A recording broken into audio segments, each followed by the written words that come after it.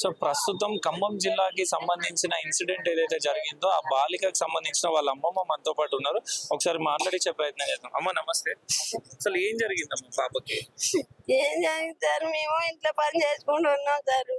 మాకు తెలియదు, పిల్ల ఇంట్లోనే ఆడుకుంటుంది అనుకున్నాం. ఫోన్ వస్తే అమ్మమ్మ తాత ఫోన్ ఇచ్చిండు, ఇగో అని ఇచ్చింది.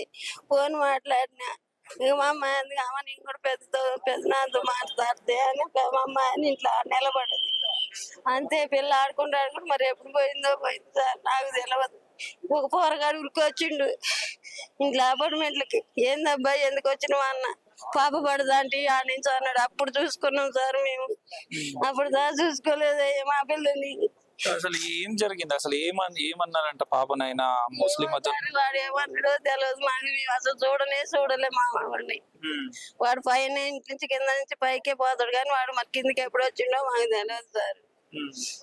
పాప పరిస్థితి ఎట్లుంది అసలు? హాస్పిటల్లో డాక్టర్లు కొద్దిగా నిన్న మొన్నటి నుంచి మాట్లాడుతుంది. అమ్మమ్మ తాత నాన్న అమ్మమ్మ తాత ఇదే అంటది సార్.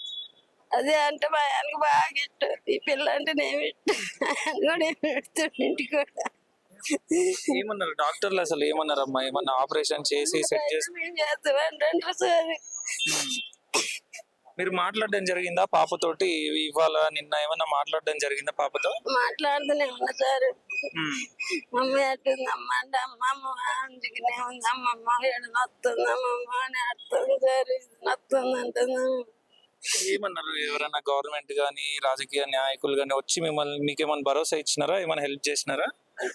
ఏమో సార్, మా అమ్మాయి దగ్గరికి వెళ్ళారు సార్. నేను ఇక్కడే బయటనే ఉంచారు నన్ను. వాళ్ళ అమ్మ నాన్న పరిస్థితి ఏందమ్మా? ఇప్పుడు మీరు అమ్మమ్మ అయ్యి ఉంటే మీరు ఇంత బాధపడుతున్నారు, మరి కన్న తల్లిదండ్రుల పరిస్థితి ఎట్లా ఉంది? వాళ్ళ పరిస్థితి కూడా అంతే ఉంది సార్. వాళ్ళు కూలి చేసుకున్న వాళ్ళే, మేము కూలి చేసుకున్న వాళ్ళే సార్. అసలు పాప ఏం చదువుతుంది? అసలు 7వ తరగతి వైరాలు హాస్టల్లో వేసినాం. అది మా బలవంతంగా వేసుకున్నాం, మా ఆయన ద్వారానే వేసినాం. ఆయన పనికి పోతాడు, డబ్బులు 1000 రూపాయలు వస్తే ఏమి వెళ్తాయి ఇంట్లో అది ఇదని. మేమే 2 పిల్లగాళ్ళు హాస్టల్లో వేసినాం. సంవత్సరం అవుతుంది హాస్టల్లో వేసి వైరాల. ఇప్పుడు మరి మీ ఖమ్మం జిల్లాలో 2 మంత్రులు ఉన్నారు, డిప్యూటీ సీఎం ఉన్నారు. వాళ్ళందరూ కూడా వచ్చి మిమ్మల్ని పలకరించి పరామర్శించి ఏమన్నా భరోసా ఇవ్వలేదా? అమ్మాయి తోటే మాట్లాడారు సార్. నన్ను మా లోనికి రానిలేదు సార్, ఇక్కడే బయటే ఉన్నారు. అన్ని వాళ్ళతోటే మాట్లాడారు.